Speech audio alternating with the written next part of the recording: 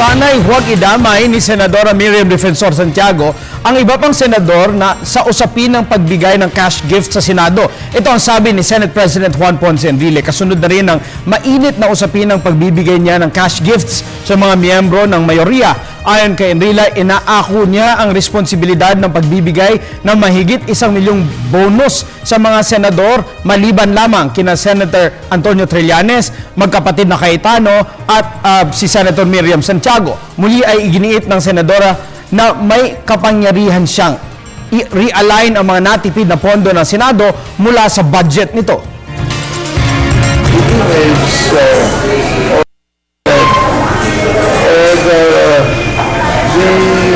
Other senators, innocent as they are,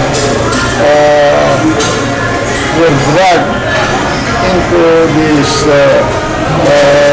disagreement between Senator Santiago and I don't mind being pilloried by anyone. I can defend myself.